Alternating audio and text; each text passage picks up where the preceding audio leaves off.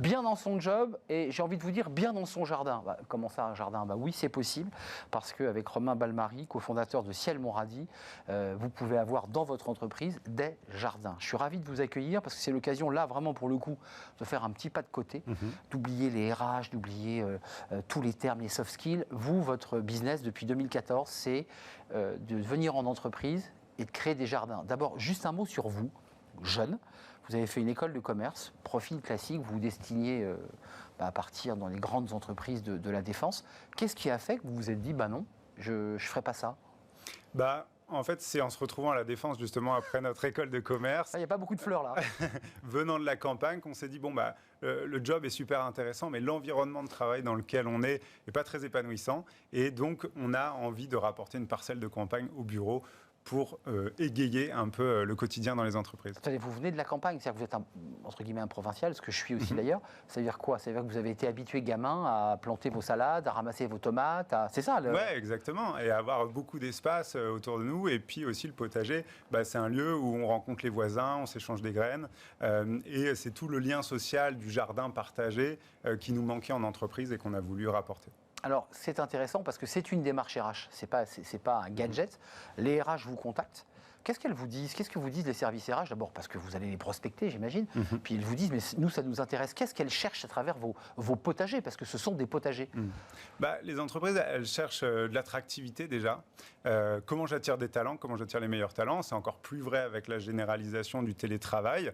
Puisque si mon bureau, c'est dans mon salon, pourquoi j'irais travailler chez un tel plutôt que chez un tel autre? Donc ça, c'est le premier moteur pour les RH. Le deuxième moteur, c'est comment je crée de la cohésion, du lien social pour faire en sorte que les gens soient heureux, épanouis dans leur entreprise et donc comment je les garde. Donc c'est la rétention qui est le troisième volet du pourquoi on est sollicité par les DRH. Vous avez des formateurs, certains sont des jardiniers, d'autres en reconversion.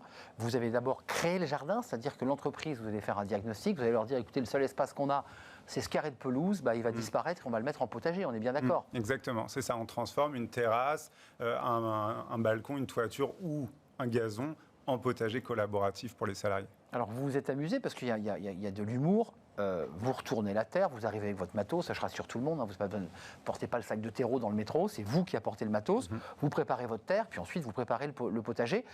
On va planter, et ça c'est fait avec les collaborateurs, c'est eux qui inventent leur jardin, on est d'accord? Oui, exactement. Ouais, avec Ciel Monradis, on s'est dit, il faut qu'on implique les collaborateurs dans tout le processus, parce que le but c'est qu'ils s'approprient leur bureau, et pour bien s'approprier leur espace de travail, il faut qu'ils dessinent leur jardin, qu'ils décident ce qu'ils vont planter et qu'ils le fassent ensemble. Donc tout est participatif, du dessin jusqu'à la plantation et la récolte et l'apéro évidemment avec les récoltes. Alors on imagine tout ce qu'on peut faire pousser sur une terrasse.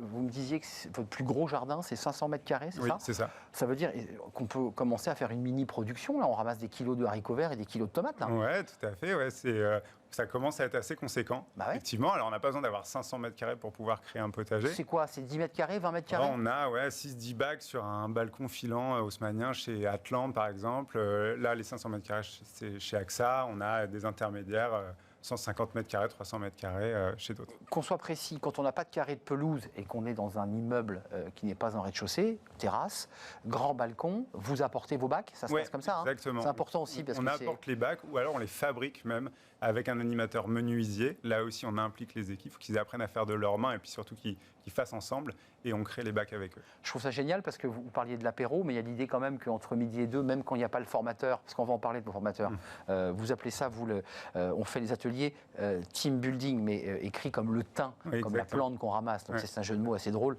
au même titre que votre titre d'ailleurs, Ciel Monradis, est très très drôle.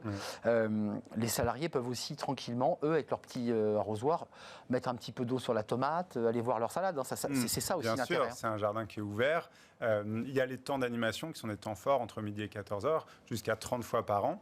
Mais entre les ateliers team building, justement, on peut bien sûr venir dans le jardin. Et il y a même des gens qui viennent travailler dans le jardin parce qu'ils s'y sentent bien. Donc, ils font leur réunion dans leur jardin, ils viennent passer leur call dans le jardin.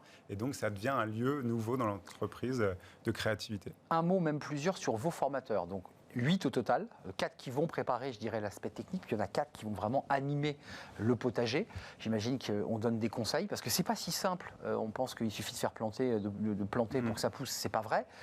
Et en plus, vous y rajoutez une petite touch humoristique. Oui, absolument. Alors en fait, nous, on les appelle des jardiniers animateurs, et ils sont formés par Nicolas Vital, qui est le metteur en scène de Bérengère Krief, qui est une humoriste. Et l'idée, ça a été justement de se dire, il faut rendre le jardin accessible à tous, et ça, on le rend accessible par l'humour, et ça fonctionne très bien. Et du coup, on arrive à toucher tout le monde, hein, que ce soit le stagiaire, l'alternant ou le directeur général. Qu'on se le dise, parce que vous venez de province, je viens de province, mais il y a beaucoup de Parisiens, de purs Parisiens, qui pour le coup, les jardins sont très éloignés. Vous avez décidé quand même de trouver des personnes qui ont les mêmes codes aussi que les cadres en entreprise, parce qu'un vieux jardinier bourru à grosse paluche, ça passerait pas forcément, quoi. Ouais, on les aime bien quand même. On les aime ça. beaucoup, hein, mais ils sont bourrus quand même.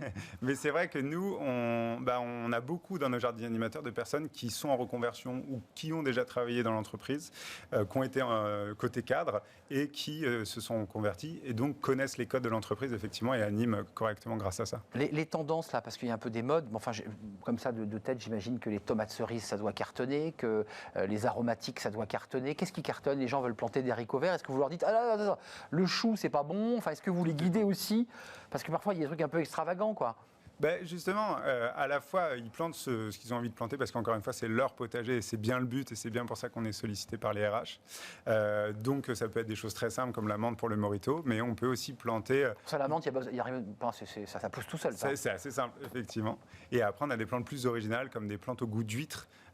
Ça s'appelle la Mertensia maritima, ça a vraiment le goût d'une huître et on peut aussi faire pousser ça dans nos jardins. Mais est-ce que vous allez au-delà de l'aspect ludique, de l'idée de créer du lien social dans l'entreprise, même des amitiés, parce que les gens se découvrent, est-ce que vous allez aussi jusqu'à leur donner des conseils de botanique, travailler un peu sur la qualité de la terre, la permaculture, enfin, est-ce que tous ces sujets-là, vous les mettez sur la table aussi? Bien sûr, on travaille aussi sur les sujets, enfin nous on travaille que avec des techniques de permaculture, c'est-à-dire d'imitation de la nature, on travaille que en bio, on travaille que avec des variétés paysannes. Pourquoi on fait tout ça? Déjà, par conviction personnelle, et puis parce qu'on a des entreprises qui ont aussi envie de s'engager d'un point de vue écologique. Il y a beaucoup de directions RSE aussi qui nous sollicitent pour créer des jardins. Donc permaculture, pour ceux qui ne seraient pas initiés, ça permet de pouvoir marier des plantes et de travailler aussi avec des fleurs qui peuvent attirer le puceron pour éviter qu'elles viennent bouffer la plante. C'est tout un écosystème, la permaculture. Exactement. Et c'est reproduire un écosystème avec des plantes qui se protègent les unes les autres, effectivement.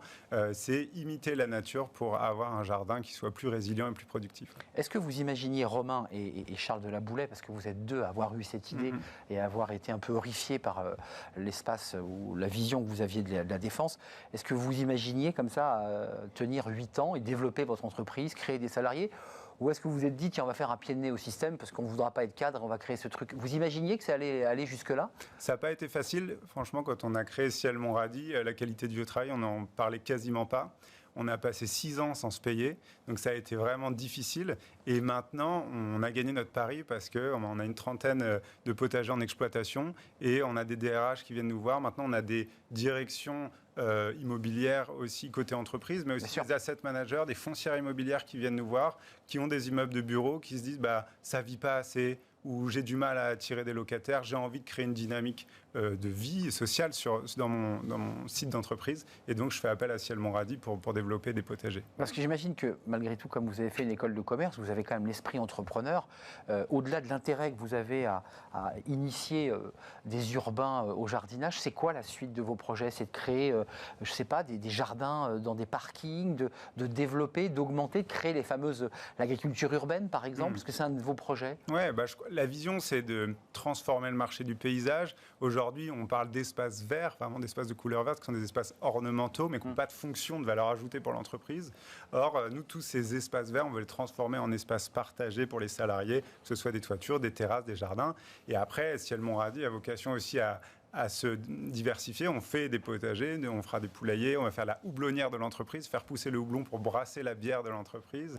C'est un projet où vous avez commencé déjà? On est là, on va signer le premier site. Ouais. Il faut quand même un peu de volume, excusez-moi, il faut quand même mettre un peu de volume pour... Non, alors c'est en façade, les lianes, le houblon, c'est des lianes.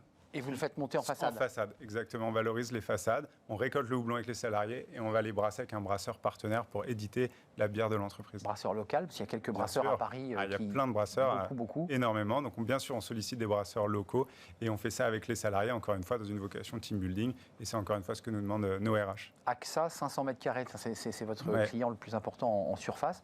Qu'est-ce que vous en faites des légumes? Parce qu'après le midi, on se fait des petits plats où les gens se répartissent les kilos de courgettes et les tomates quand ça donne. Quand ça donne, parce qu'il y a peut-être des échecs parfois. Globalement, c'est Il n'y a pas des tomates qui piquent du nez, non? C'est bien rodé, on est là pour entretenir aussi.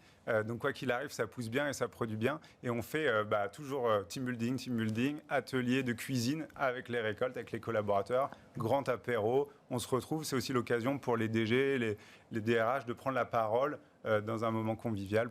Et dans un espace convivial. Et dans un espace convivial. Ouais, qui n'est pas le bureau, qui n'est pas l'ordinateur, c'est en plein air. Dehors, ça fait du bien. Et après ces années de confinement, ça fait du bien d'être dehors aussi. Ah ouais, grâce à Ciel, mon radis, les DRH peuvent faire passer des messages en prenant un radis. Parce que les radis, j'imagine que ça pousse bien aussi chez vous. Ça pousse très bien, ouais, très facilement. Merci Romain d'être venu nous mettre un peu de, non pas de verdure, mais voilà, nous oxygéner un peu avec Ciel Monradis, créé en 2014, une entreprise à 8 ans. Ça marche très très bien. 20 000 collaborateurs déjà ont participé au team, au team building. J'aime beaucoup le mot, et puis tous les projets que vous avez en cours, notamment le houblon et la brasserie. Peut-être que vous nous inviterez à Bismarck. Avec plaisir, à déguster une bière. À déguster une de vos bières. J'ai hâte. Merci d'être venu sur notre plateau, la suite de notre programme. C'est la pause café. Alors nous, on ne l'a fait pas au jardin, on l'a fait ici dans le plateau, parce qu'on n'a pas de jardin, évidemment. Pas encore. Et pas encore. Peut-être que Romain viendra. Et c'est avec Caroline Ricross.